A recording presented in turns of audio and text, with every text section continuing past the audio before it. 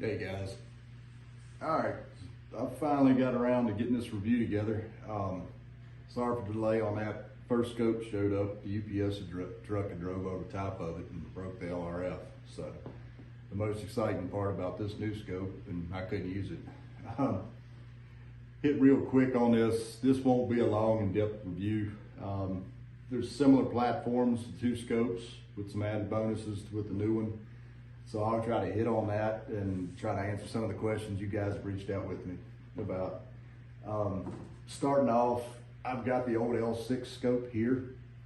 If you can look at it, I mean, button function, ocular zoom, eyepiece, for the most part, this part of the scope is all the same. I mean, it's, you know, if you're familiar with the L6 platform, the same scope.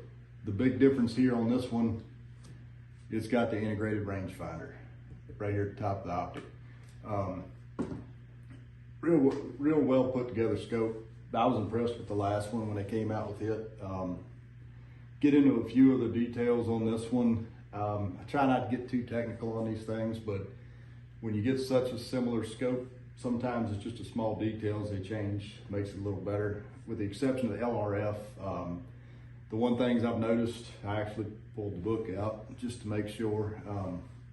The resolution on this scope is a 640 by 480. The old scope had a 640 by 360 resolution, so a little higher resolution on this one. The pixel pitch on the two is the same. The NETD rating on this scope is actually a 20 millikelvin. The old scope was a 25. Display size is the same.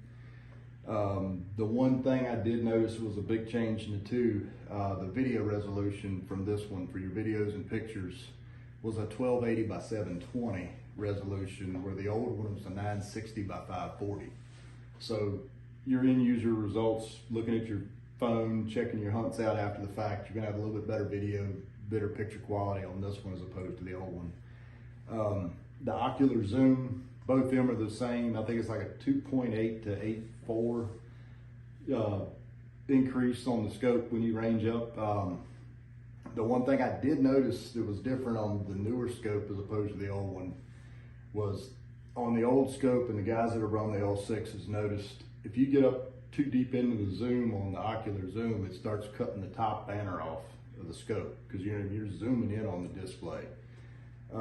This scope here, I could go real deep into that zoom and it still didn't cut into the top icon, so I could still see my camera timer.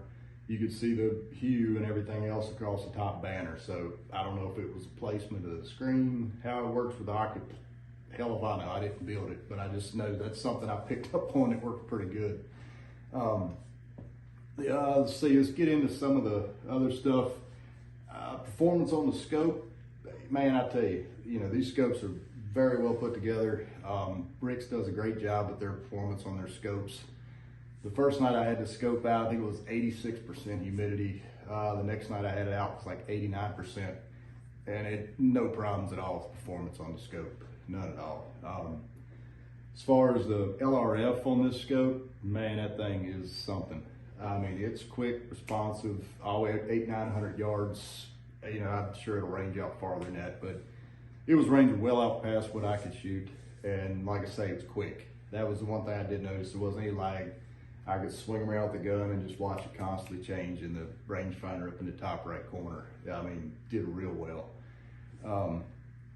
As far as, the overall build and the scope, it's the same as the last one, guys. It's got the 18650 batteries going to side. No internal battery in this scope. So if you get out on a set, you're seeing a low battery, it'll swap out in the truck before you get out there on a set and the battery dies. Asking me how I know, it's whoops. Anyway, but overall scope, real impressed with it. I didn't have any issues. Like I say, I like the old one, the last one that was around. This one here had the integrated rangefinder as opposed to the Bluetooth mount on the side of the scope that I left in the box that I never used. But overall though, I mean, I was really impressed with this scope. I will say, I think the zoom, it seems like I know this one's some different core or something that's changed with this one.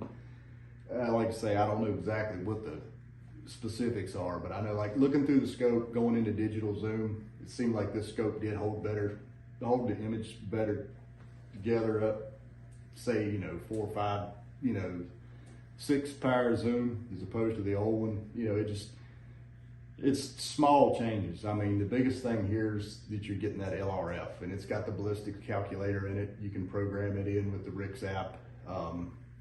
I never messed with that, so couldn't really tell you how that works. But for the most part, I just set the rangefinder up, hit the range, and know where I'm at, and go from there. But overall, man, it was really good scope.